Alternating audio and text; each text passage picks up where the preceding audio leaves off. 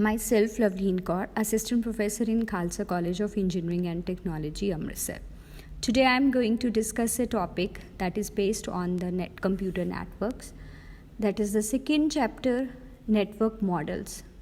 Before this, I have already discussed the chapter number 1, the introduction about the computer networks. In that chapter, we have discussed the data communication and its components, how these components are helpful to communicate the two devices. So after that, we have discussed the transmission medias, transmission modes, various network topologies, network architectures. These all are the basic concepts we have already discussed in the chapter number 1, introduction about computer networks. Today I am going to discuss the chapter number 2, that is network models. Before going into depth, first of all, we will discuss the layered concepts. What are these layers?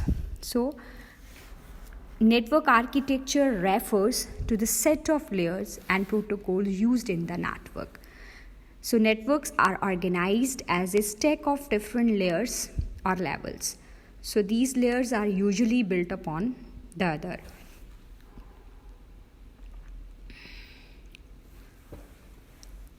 Each layer has a distinct identity and performs a specific set of functions. So the number of layers, the name of each layer, the content of each layer, and the function of each layer. That is differs from network to network. So each layer provides the services to the higher layers, and it also provides the services to the lower layers. Hiding the details of these services are actually implemented in the network. So we use the concept of layers in our daily life. As an example, let us consider two friends who communicate through postal mail.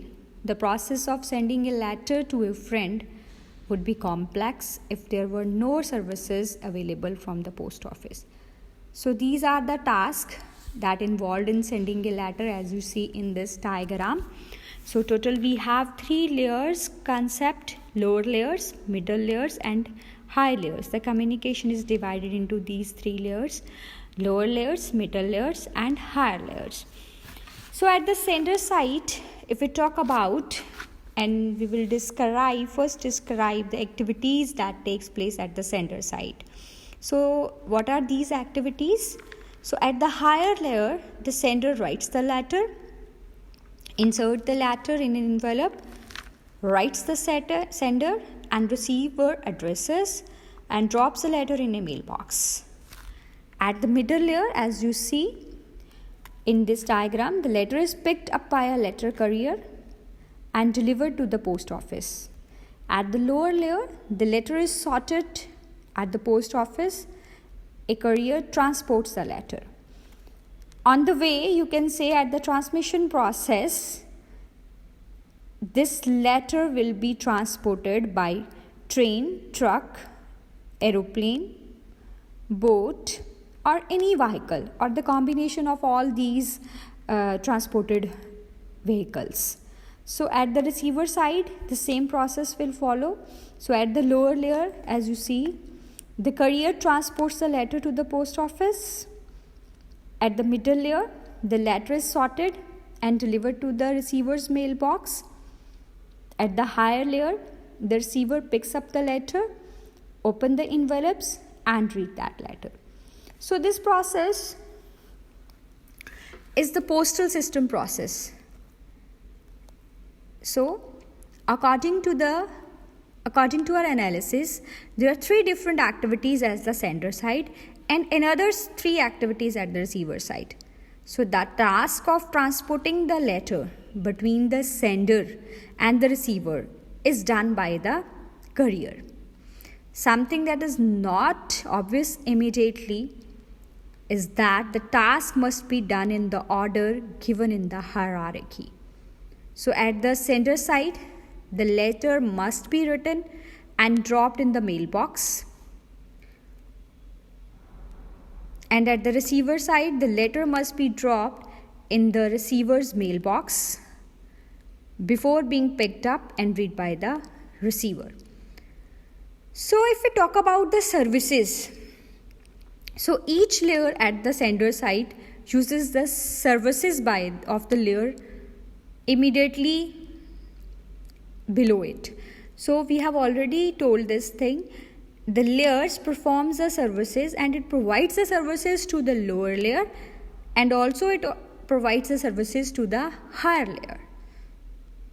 So the layered model that in the data communication and networking literature before 1990 was the open system interconnection model. So this OSI model is first introduced in the 1970s, and this model is designed by the international standard organization, that is ISO. So this ISO is a multinational body dedicated to the worldwide agreement. So an ISO standard that covers international standards, all aspects of network communication, is the open system interconnection model. So this ISO standard that covers all aspects of network communication, and that network communication is the open system interconnection model. An open system is a set of protocols that allows any two different systems to communicate with each other. The purpose of the OSI model is to show how this communication between different systems are possible. So this ISO model is not a protocol, it's just a model for understanding and designing a network architecture that is flexible and robust. So this ISO is the organization and OSI is the model. So this OSI model is a layered framework for the design of network systems that allows communication between all types of computer systems. So it consists of 7 separate but related layers, each of which defines a part of the process of moving across a network. So as you see in this diagram, we have a total 7 layers. So physical layer, data link layer, network layer, transport layer, session layer, presentation layer, and application layer. So these layered architecture consist of 7 layers. So every layer has a unique name, unique identity, and a different set of operations. So one by one we will discuss each layer and the functions of each layer and how these layers are helpful to communicate with each other and how these layers are providing the services to the lower layers and upper layers in the case of the OSI model. So this figure, as you see in this diagram, figure number 2.3, that is the interaction between layers in the OSI model. So this figure shows the layers involved when a message is sent from device A to B. As a message travels from A to B, it may pass through many intermediate devices. So these intermediate nodes or devices usually involve only the first 3 layers of the OSI model. So interfaces between layers.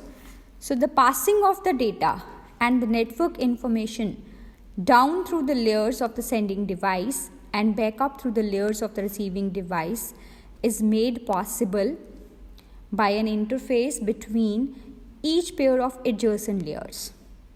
So each interface defines the information and services a layer must provide for the layer above it. So as you see in this diagram, every layer has an interface. So layer 1 to 2 interface, layer 2 to 3 interface, layer 4 3 to 4, layer 4 to 5, layer 5 to 6 and layer 6 to 7 interface. Okay. Every layer has an interface between these adjacent layers. So in which this layer is the path between the layer 1 and layer 2 and layer 2 and layer 3 and so up to layer 7. And same process will run at the receiver side. There is an interface between these layers.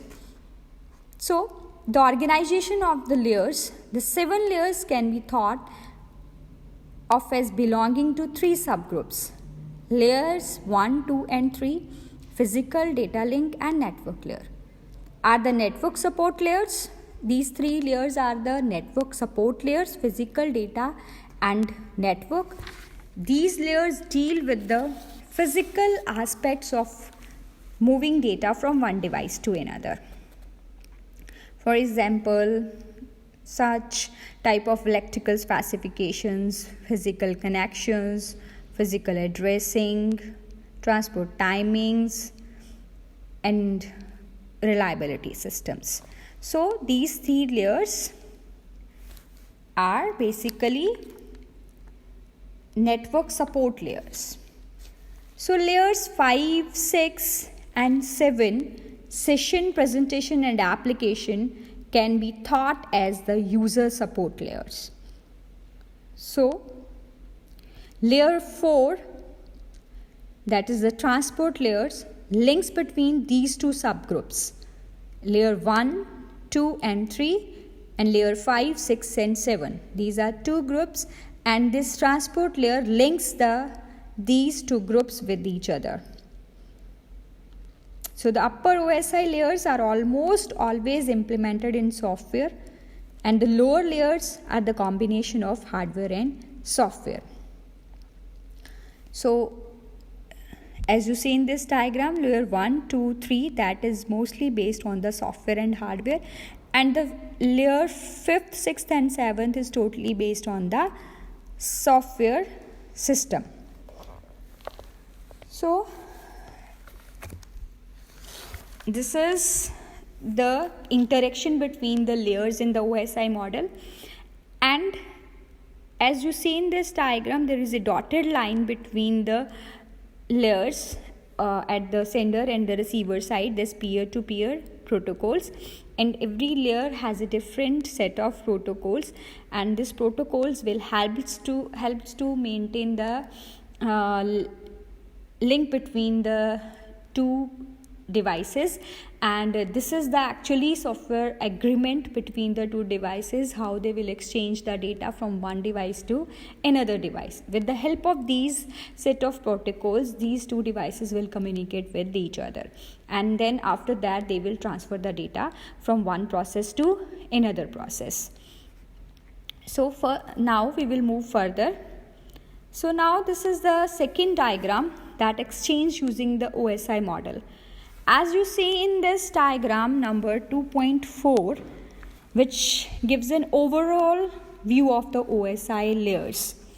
So D7 means the data unit at layer 7, D6 means the data unit at layer 6, D5 means data unit at the layer 5th, and so up to at the end of the layer 1. So the process starts at layer 7, that is the application layer, then moves from layer to layer in descending order in the sequential manner, and at each layer, as you see in this diagram, a header or a possible trailer can be added to the data unit. So commonly the trailer is added only at the layer 2. When the formatted data unit passes through the physical layer, layer 1, it is changed into an electromagnetic signal and transported along a physical link. So after that, the data will transfer from this medium to the destination point. So upon reaching at the destination level, the signal passes into layer 1, and is transformed back into the digital form. So the data unit then move back up through the OSI layers. So at each block of data reaches as the next higher layer, the headers and trailers attached to it at the sending layer are removed, and the various actions to that layer are taken.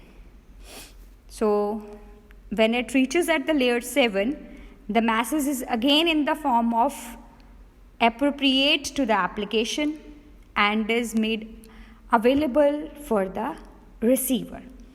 So this process is the exchange using the OSI model, in which in this diagram we are including the data unit part and also including the header part in the data unit frame. And so up to layer 7, 6, 5 to layer 1. After that, the data will transform to the transmission medium and it will reach at the destination, and from layer below to the layer upper, the data will again is in the form of the appropriate application, and this data will be available for the user or the receiver to use it. So next is the layers in the OSI model.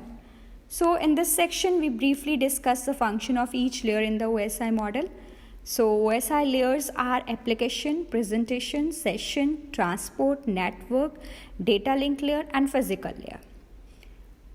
So first of all, one by one we will discuss each layer. So first of all we will discuss the application layer. So this application layer is based on the user level. As you see in this diagram, user, human or program. So this layer is responsible for providing the services to the user. For example, email, web browser, protocol data unit. So the application layer is also concerned with the following functions: network virtual terminal, file transfer, mail services, directory services. So this application layers enables the user, whether human or software, to access the network. It provides user interfaces and support for services such as emails, FTPs, file transfer protocols, shared data management, remote file access and transfer, and other types of distributed information services. So this figure 2.14 describes the relationship of the application layer to the user and the presentation layer. So of the many application services available, so this figure shows only 3: X.500, FTAM and X.400. So X.400 is message handling services, X.500 means directory services, and the FTAM stands for the file transfer, access and management. The user in this example employs X.400 to send an email message. So, or you can see in this diagram, there will be a data unit and also included the header part. This is 7th layer and header unit is H7. So this is a full length message. So this application layer is responsible for providing services to the user. So various network specific services provide the application layers are network virtual terminal. So this network virtual terminal is a software version of physical terminal and it allows a user to log on to the remote host. So the application creates a software of a terminal at the remote host. The user's computer talks to the software terminal, which in turn talks to the host and vice versa. The remote host believes it is communicated with one of its own terminals and allows the user to log on the particular site. So this network virtual terminal is helpful to access the remote locations with the help of login IDs and passwords. So file transfer, access and management. This application allows a user to access files in a remote host, or it means to make changes or read data, or to retrieve files from a remote computer for use in the local computer, and also to manage or control the files in a remote computer locally. So next services is the mail services. So this application provides the basis for email forwarding and storage. And next one is the directory services. So this directory services, this application provides distributed database sources as access for global information about various objects and services. So overall we can say this application layer is responsible for providing services to the users. So our next sixth layer is the presentation layer. So as you see in this figure 2.13, this will represent as a presentation layer. So this presentation layer is responsible for translation, compression, code formatting and encryption. So this presentation layer is concerned with the syntax and semantics of the information exchange between the two systems or the two parties. This figure shows the relationship between the presentation layer and the application and session layer. So you can see in this diagram, this layer, presentation layer, it takes the services from the application layer and it provides the services to the session layer. And it have a data unit in the masses, also included a header part that represents as H6. So it provides the services to the session layer. So the presentation layer is also concerned with the various specific responsibilities. So first is the translation. So what this translation means, the programs that is running on the system, on the two systems, are usually exchanging information in the form of character strings, numbers and so on. The information must be changed to bit streams before being transmitted, because different computers use different encoding systems. So that's why the presentation layer is responsible for exchanging the data between these two different systems with the different encoding methods. So the presentation layer at the sender changes the information from its sender's dependent format into a common format. So the presentation layer at the receiver side changes the common format into its receiver dependent format. So what this next encryption? So this encryption means whenever we send the data or the carry sensitive information, a system must be able to ensure privacy. So encryption means the sender transforms the original information to another form and sends the resulting masses out over the network. In the reverse process, that is a decryption. So description, what will the description will do? The description will reverses the original process to transform the masses back to its original form. So this is the process of encryption and decryption. So encryption means is to hide the original masses and it will be converted into some another format with the help of various encryption algorithms, and then we will transfer that data on the network, and at the receiver side this hidden information will be transformed into the original message with the help of some decryption algorithms, and the original format data will be received by the receiver. So this whole process, encryption and decryption, takes place with the help of cryptography technique. So next is the compression. So this compression means data compression reduces the number of bits contained in the information. So data compression becomes important in the transmission of multimedia such as text, audio and video. So it will reduces the number of bits. It means it will reduces the size of the data. So if it will reduce the number of bits, it means you are reducing the size of the data. You are compressing that data. So data compression refers to reducing the number of bits contained in the information. So these three are the functions or the specific responsibilities of presentation layer. Next, we will move to the session layer of the OSI model. What this layer depicts and what are the functions and responsibilities of this layer. So as you see in this diagram, this layer takes the services from the presentation layer and it provides the services to the transport layer. So on the receiver side, as you see, it takes the services from the transport layer and it provides the services to the upper layer, that is the presentation layer. So in which we have a data unit and a header unit also.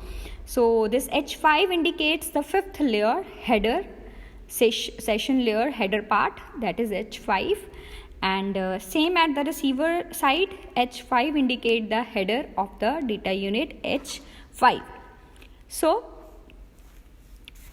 the session layer in the network normally refers to the dialer controller, and it also establishes, maintains and synchronizes the interaction between the communicating systems. So the session layer is responsible for dialer control and synchronization. So various specific responsibilities of the session layers are as follows. As you see in this diagram, first is the dialer control and second is the synchronization. And what this dialer control? So this dialer control means the session layer allows two systems to enter into a dialogue. So it allows the communication between two processes to take place in either half duplex way or a full duplex mode. So half duplex means one way at a time or full duplex means two way at a time. So what this synchronization means? The session layer allows a process to add checkpoints or synchronization points in this bit stream of data. So for example, if we have a file that is of 2000 pages and if the system is sending a file of 2000 pages, so it is advisable to insert checkpoints after every 100 pages to ensure that each 100 page unit is received and acknowledged by the independent receivers. So in the case if any problem occurs in the transmission process or if any crash happens during the transmission process of page number at 523, the only pages that need to be resent after the system recovery are pages 501 to 523. The pages previous to 501 need not to be resent. If we didn't add these checkpoints, then we need to add the previous pages and we should resend all the data from the first point we need to resend. So this is very beneficial, and this session layer responsibility is to add the checkpoints in the data, so we can use this concept and this function and responsibility, and we can send only that data that is corrupted by any crash occur during the transmission process. So this diagram shows the relationship between the session layer, presentation layer and transport layer. So next we will move to the transport layer. So this diagram, this figure 2.10 shows the transport layer. So this transport layer is responsible for the delivery of a message from one process to another. So it means this transport layer deals with the are responsible for process to process delivery of the entire message.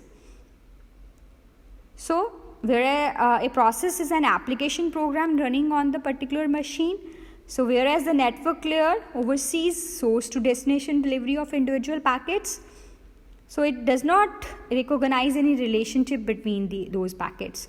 So it treats each packet independently and it will send on the network, and the transport layer on the other hand ensures that the whole message arrived at the destination that will be in order, and that all will be free from error control and flow control at the source to destination level.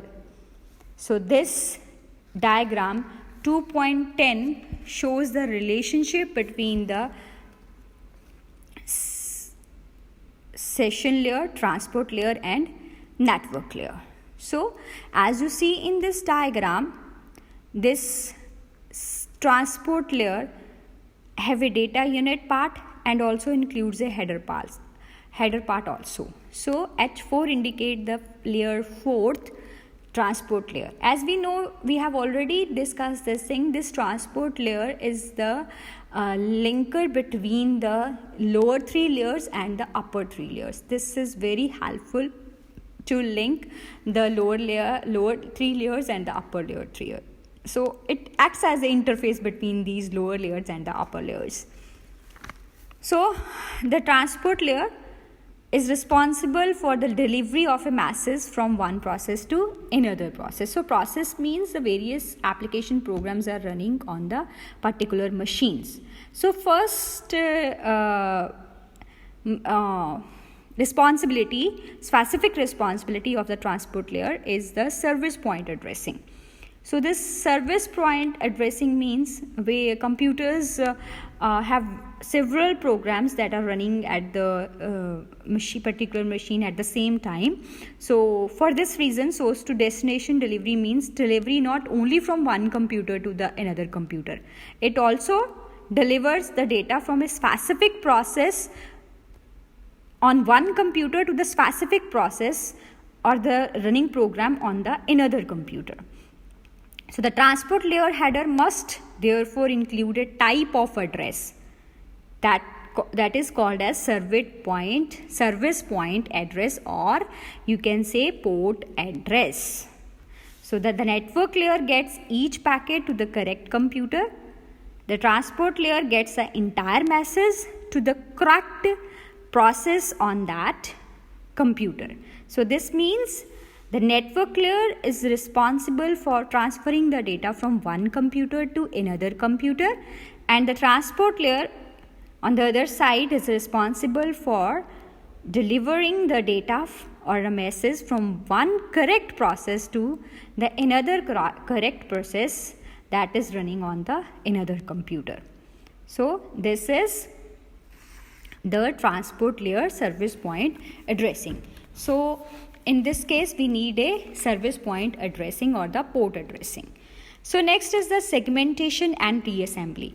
So a message is divided into various segments, as you see in this diagram. This message is divided into various segments. This 1, 2 and 3 segments are shown in this block. So H4 data, H4 data, H4 data, these 3 segments are shown in this diagram. So message is divided into various segments, with each segment containing a sequence number. Every segment have a sequence number. So these sequence numbers enable the transport layer to reassemble the message correctly, arriving at the destination point. So this is very helpful to identify and replace the packets that were lost in the transmission process.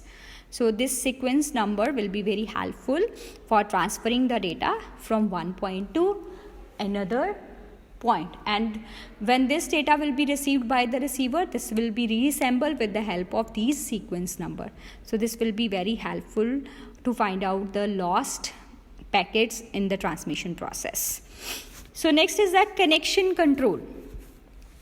So the transport layer can be either connectionless or connection oriented.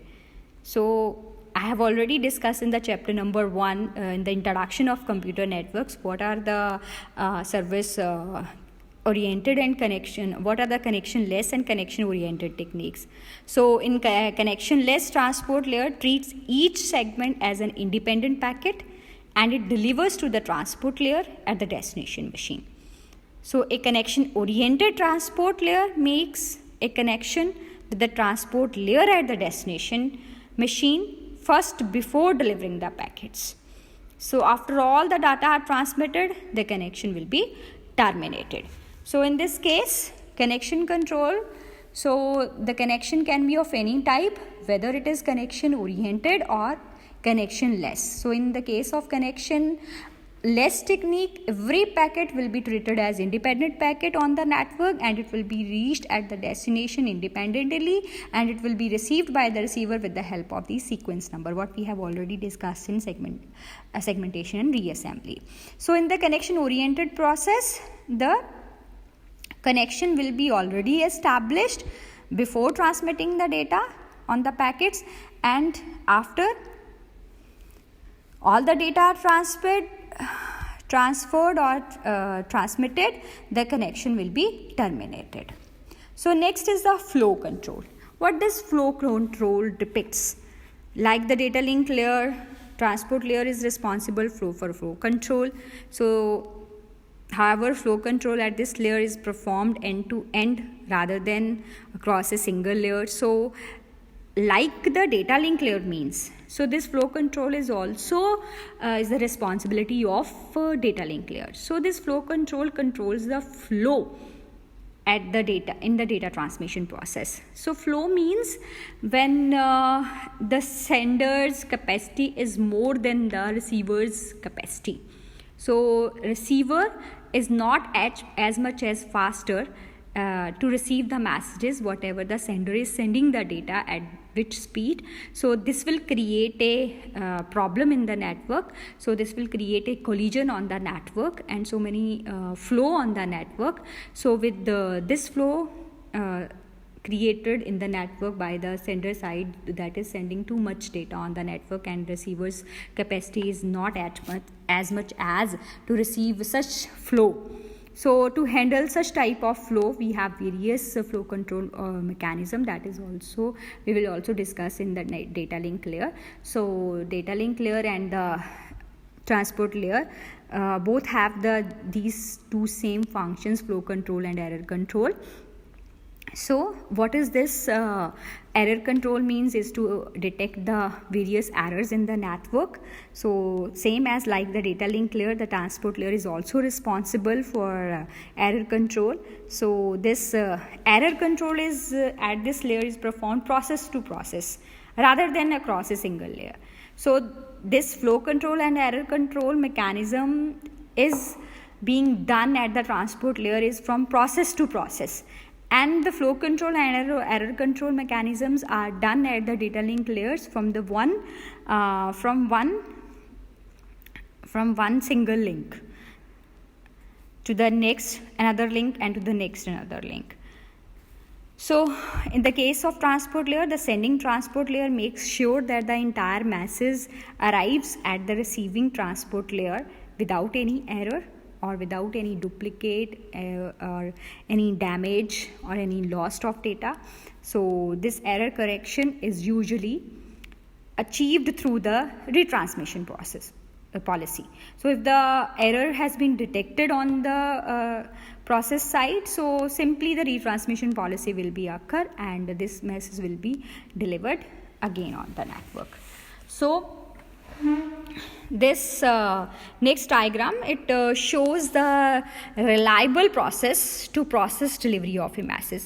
As we show in this diagram, we have it two devices, one is sender and one is receiver, and various processes, 3 processes are running on the sender side and 3 processes are running on the receiver side, and there will be in between internet. And at the network layer, so the responsibility of the network layer is to transfer the data from one device to another device. As you see the dark arrow line, this is network layer, host to host delivery. This host to host delivery means from one device to another device, and whereas the responsibility of the transport layer is to transfer the data from one process, that is the application program running on the sender side, from one dotted line shows, and then dark line shows the transport layer process to process delivery. So this from one process to another process, the communication is possible, or transferring the data responsibility is the transport layer responsibility. So this diagram depicts the reliable process to process delivery of a message. So next we will discuss the network layer. So this diagram depicts the network layer. So this network layer is responsible for the source to destination delivery of a packet, possibly across multiple networks or multiple links. So this diagram shows it. This layer takes the services from the transport layer and it provides the services to the data link layer. And on the other side, this layer takes the services from the data link layer and it provides the services to the upper layer, that is the transport layer. So again, in this we have a data unit, and including the header unit. H3 indicate the third layer, network layer. In the starting, we have discussed these 3 layers: network, data link, and physical layer. These layers are both based on the network or software part, and the upper layers, that is 5th, 6th and 7th, that is session, presentation and application, that is totally based on the software system. So this network layer is responsible for transferring the data from one end to another end. From one end to another means one source to destination process. So this network layer is responsible for the delivery of individual packets from the source host to the destination host. If 2 systems are connected to the same link, there is usually no need for a network layer.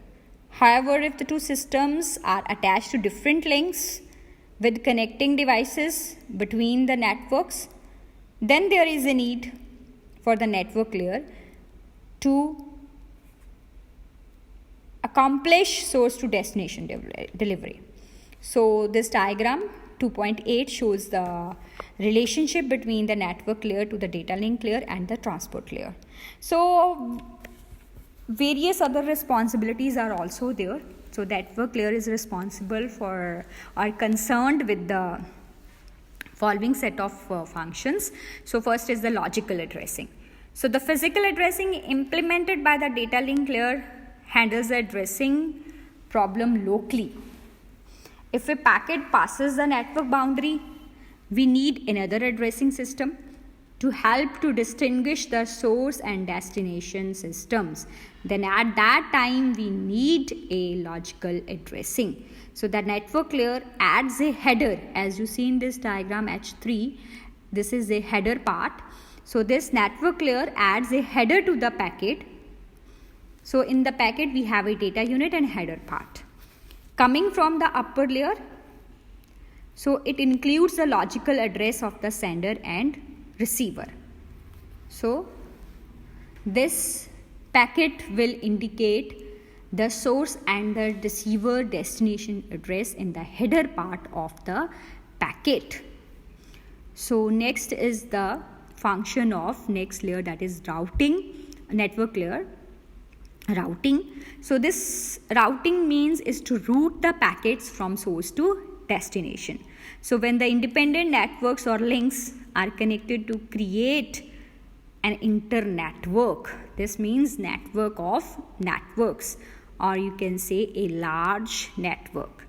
So various connecting devices called routers, switches, etc. So that are helpful to route or switch the packets to their final destination. So it means this routing process will help to route the packets on the transmission process. So various routers, switches or other intermediate devices are helpful to route the packets from one point to another point in the routing systems. So we will go into very depth with this diagram, this source to destination delivery, as you see in this diagram. So if we have a end system A, another end system is B, there is a link between these two end systems, and another link, this is also called as intermediate device, a system B, and another link is from B to C, and a link between C to D. D is also an end system, and on the other side F is also an end system, and there is a between link and the intermediate devices E or is also there. So if we want to send the data from one A to D or A to F, suppose if we have a source address, source is A and destination is F, so it means we put the address of source and destination in the header field of the packet. So A and F, these are the source and destination addresses, and these two addresses we will put in the header field of the packets. So this network layer responsible is to deliver the data from source to destination.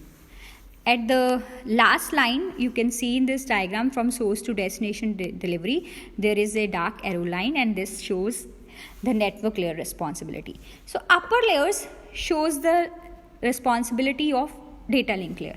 Here we will discuss the data link layer also.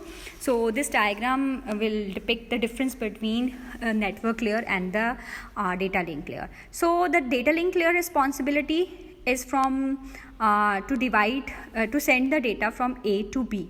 So data link layer is responsible for sending the data from one device to the next coming device. So in this diagram, if we start from A and in the next coming device is B, so the responsibility of data link layer is to transfer the data from A to B. So this is also called as hope to hope delivery.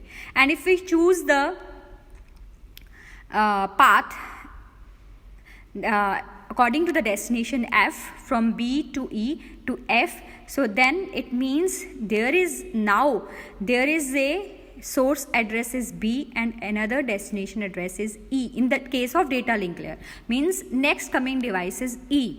So here the data will be transferred from the link B, from device B to E.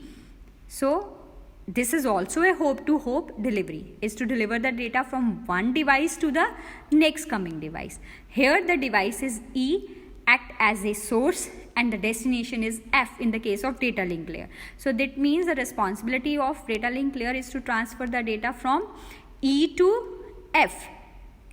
So E to F means is to transfer the data from E to F, that is hope to hope delivery. So this is the process of data link layer. So data link layer responsibility is to transfer the data from one point to another coming point, and the network layer responsibility is to transfer the data from one source to another destination point. So in the lower part, in the yellow or blue line will indicate physical data or network layer. These three layers, this diagram shows these three layers combination, and the network layer responsibility is to transfer the data from source to destination delivery. So next we will move to the data link layer. So the data link layer is responsible for moving frames from one hop to the next, from one node to the next coming node. So this is the responsibility of data link layer. So data link layer transforms the physical layer, a raw transmission data as a reliable link. So it makes the data error free to the upper layers, and this shows the relationship between the network layer and the physical layer. So in this diagram, as you see, it takes the services from the network layer and provides the services to the physical layer, and on the another side it takes the services from the physical layer and provides the services to the network layer. So in the data unit part, in the frame part, you see this, there is a data part, header part and trailer parts also is there. Why this trailer part is added in the data link layer? So header part will indicate the source and the destination address, and trailer part will tell the end of the frame. So what we have already discussed, as you see in this diagram, so this will be very helpful to understand this concept. This header and trailer part will indicate if we have a source and destination address A and F, we have already discussed, so that will be put in the header field or at the network layer. And if we talk about the data link layer is responsible to transfer the data from one node to another node. It means if we start from A, so in the header part we will include the A, and the trailer part we will include the B. So that means start from A and end at the B. The frame will start from A and end at the destination B. So firstly data will reach at the destination B. So from A to B, so in header part A and trailer is B, so data part is the actual data. So next if we move from B to E, so the addresses will be changed. Now the header part address is B and the trailer part is E. Now the data will transform from B to E. Okay, and then again the data will transfer from E to F. Now the header part, in the header part the data address at the source address is E and the destination address is F. The data will transform from A to F. In this way the hope to hope delivery is possible. So the source and destination address at the data link layer is going to be changed. So with this diagram you can easily understand the concept of H2 and T2, means header and trailer part, because this data link layer is responsible for moving the frames from one hop to the next hop. So data link layer is also responsible for the various set of or specific responsibilities that are including. First is framing. The data link layer divides the streams of bits received from the network layer into the various frames. That means the data will be, that whatever the data is received from the network layer, that will be divided into various different frames. So next is physical addressing. So if the frames are to be distributed to different systems on the network, then the data link layer adds a header to the frame to define the sender or receiver of the frame. If the frame is intended for a particular system or outside the sender's network, the receiver address is the address of the device that connects the network to the next one. So next one is the flow control, what we have already discussed in the network layer. So if the rate at which the data are observed by the receiver is less than the rate at which are produced in the sender, the data link layer imposes a flow control mechanism to avoid this such type of problems at the receiver side. So error control is also to find out, is to detect the errors, and after that if the duplicate frames or lost frame or any other duplication or damaged will be occurred, then the retransmission policy will be occurred. So this error control is normally achieved through a trailer added to the end of the frame. So next is the access control.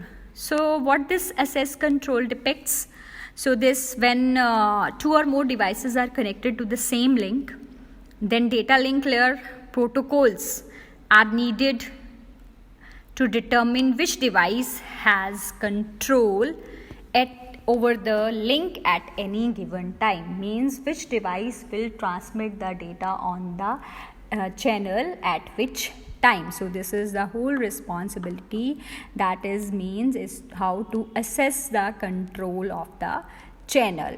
And this figure 2.7 is also describes a hope to hope delivery, what we have discussed in the previous diagram.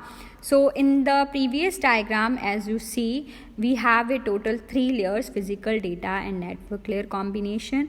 And in this 2.7 figure, we have 2 yellow lines, that is physical or data link, because we are talking about now is the data link layer responsibilities. So as you see in this diagram, so this is the hope to hope delivery. Hope to hope means from one node to another node, and is to transfer the data from one point to another point. So this is the responsibility of data link layer. So next we will move to the physical layer. So this is the first, and according to our conversation, this is the last layer what we have going to be discussed. So this physical layer is responsible for movement of individual bits from one hope to the next hope. The physical layer coordinates the functions required to carry a bit stream over a physical medium. So this layer will deals with the mechanical and electrical specifications of the interface and the transmission medium. It also defines the various procedures and functions that the physical devices and interfaces have to perform for transmission to occur in the transmission process. So this layer, this figure 2.5 depicts the physical layer transformation. So this layer takes the services from the data link layer, and it further provides the services to the transmission media. That means in this layer the data is represented in the form of bits, and these bits will be transformed into various signals, and it will be transmitted through the transmission process, that means transmission medium. So firstly, this signals will be these bits will be converted into various signals, various electrical signals, and after that these signals will travel from this transmission medium, and at the destination again these signals are converted into binary form, and then it provides the services to the data link layer. So this is the whole process of physical layer. So the physical layer is also concerned with the following functionals responsibilities. First is the physical characteristics of interfaces and medium. So the physical layer defines the characteristics of the interface between the devices and the transmission media. It also defines the type of transmission medium, means which type of transmission medium you are going to be used, whether you are using the fiber optics, coaxial cable or twisted pair cable. So next is the representation of bits. The physical layer data consists of a stream of bits, that is sequence of zeros or ones. When to be transmitted, bits must be encoded into signals, electrical or optical. So physical layer defines the type of encoding also. So next is the data rate. So data rate is also known as transmission rate. So the number of bits sent each second is also defined by the physical layer. So, or you can say the physical layer defines the duration of the bit, which is how long it lasts. So next is the synchronization of bits. The sender and the receiver not only must use the same bit rate, but also must be synchronized at the bit level. So in other words, you can also say that the sender and the receiver clocks must be synchronized in the transmission process. So next is the line configuration. The physical layer is concerned with the connection of devices to the media. So whether you are using the point-to-point configuration it means two devices are connected to a dedicated link, or you are using a multi-point configuration. The link is shared among several devices. This point-to-point and multi-point configuration we have already discussed in chapter number 1. So next is the physical topology. This also we have already covered the physical topology topic in the chapter number 1. The physical topology defines how devices are connected to make a network. What is the physical geometric representation of a network? So devices can be connected by using a mesh topology, star topology, ring topology, bus topology, hybrid topology, or any other topology, or the combination of various topologies. So this is the geometric representation of various devices in the network. So next is the transmission mode. So physical layer also defines the direction of transmission between the two devices, whether the system is using the simplex, half duplex and full duplex case. The simplex mode is a one-way communication. In the half duplex case, two devices can send and receive but not at the same time. In the full duplex mode, two devices can send and receive at the same time. So these three modes comes under the category of transmission modes. So at the last, we have discussed the summary of the layers. So this is the last summary point of the OSI reference model. So this summary of the layers, total we have 7 layers: physical, data, link layer, network, transport, session, presentation layer, and application layer. So what this physical layer responsibilities? Just revise all these responsibilities. First, physical, to transmit bits over a medium or to provide mechanical and electrical specifications. So next, data link layer responsibilities, to organize bits into frames and then provide hope to hope delivery, means from one node to another node delivery.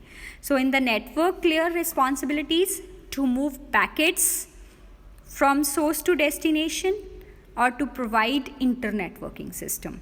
So that is the combination of various network or a large network. This inter-networking means the network of networks or a large network. So in the transport layer, to provide reliable process-to-process messages, delivery and error recovery. So this layer is to transfer the data from one process to another process that is running on the system. So next is the session. So in the network and transport, network layer means is to provide the services from source to destination, and the transport layer is to provide the services from one process to another process. So at the data link layer, we need a physical addressing. At the network layer, we need a logical addressing, and at the transport layer, we need a port addresses, is to deliver the data from one process to another process. So next is session, presentation, and application. These 3 layers are based on the software, and session means is to establish, manage and terminate the session. So it creates a dialog control and synchronization system. So synchronization of system or bits means to add the checkpoints in the data units. And next is the presentation layer. So presentation layer responsibilities is to translate the data into some another format. It's to encrypt or decrypt the data and to compress the data. That means to reduce the number of bits in the data unit. So what are the responsibilities of application layer? So application layer is at the user level layers. It provides the services to the users. So this layer is very helpful to allow the access to the network's resources. That means you can use the concepts of the network virtual terminals, file transfer protocols, file management, directory services, email services, all these services that are provided to the user. That is the responsibility of the application layer. So this is the overall summary of the OSI reference model, what we have discussed in this chapter. So these are the total 7 layers, and this OSI model has total 7 layers.